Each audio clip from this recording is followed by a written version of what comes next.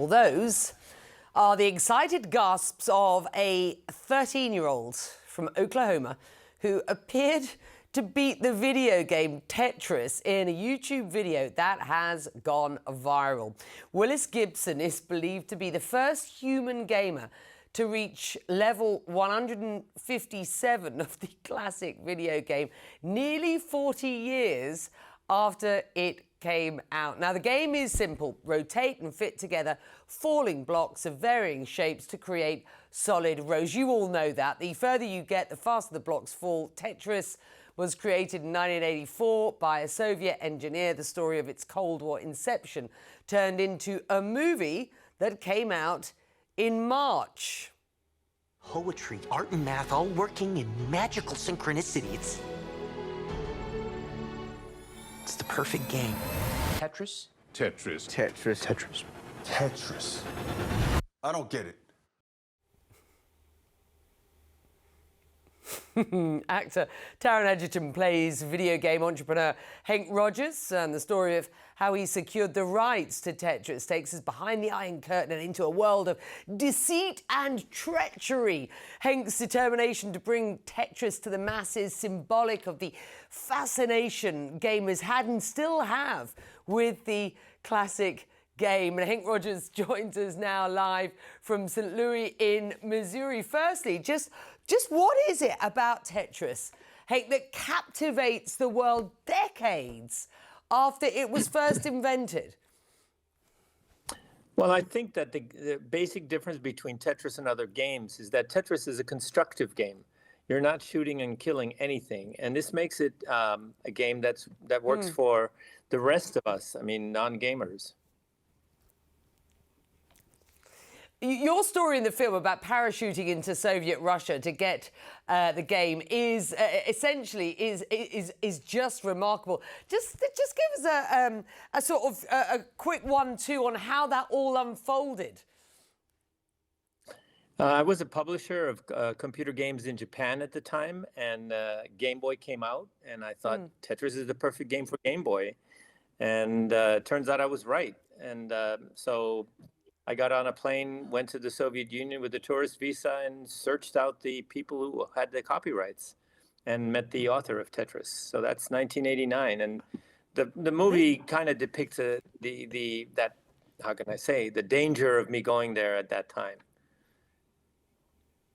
Yeah, and listen, I mean, you know, we're talking about my era. I remember when it first came out. I remember Game Boys. I mean, you know, and I will, you know, anybody who's too young to know how dangerous things were behind the Iron Curtain back in the day should get to see this movie. And I want to take a moment to watch this scene from the film, which depicts the first time you laid eyes on the Game Boy. Have a listen.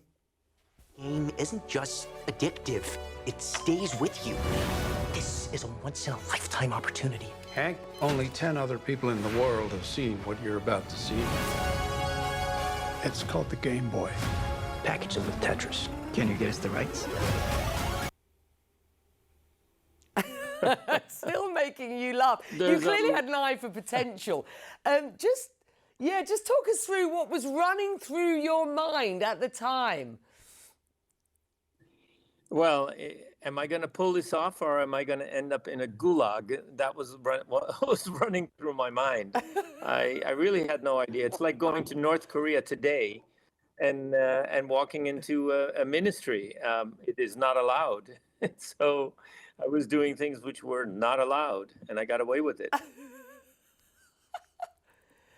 And you had the foresight to pair Tetris with the Game Boy. And again, I mean, we live in a world and an era of gaming, of e-gaming now, and it all feels so familiar. It wasn't. Take us back, Hank. It wasn't back in the day. You were a pioneer, effectively.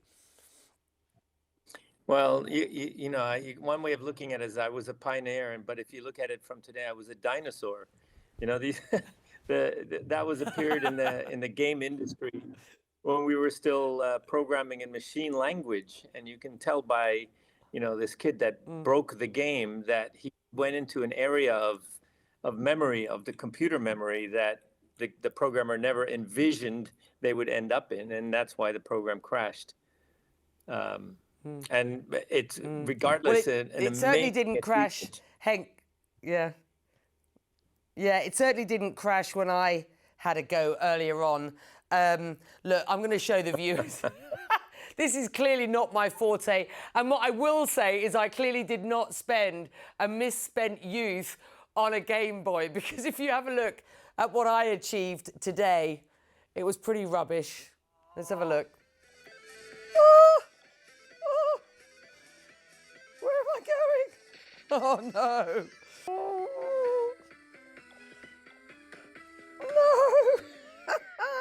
Block out. Oh, my goodness.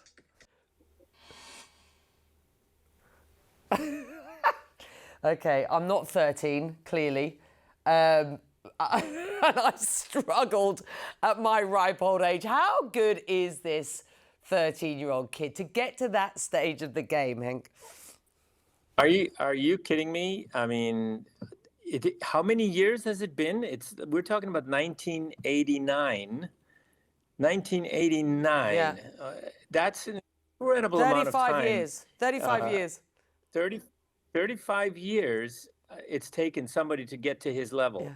Yeah. And there are several kids that are at his level now, but I mean, that is such an amazing accomplishment. And what it does is it shows me serious determination. So young people in these computer games, they show us serious determination.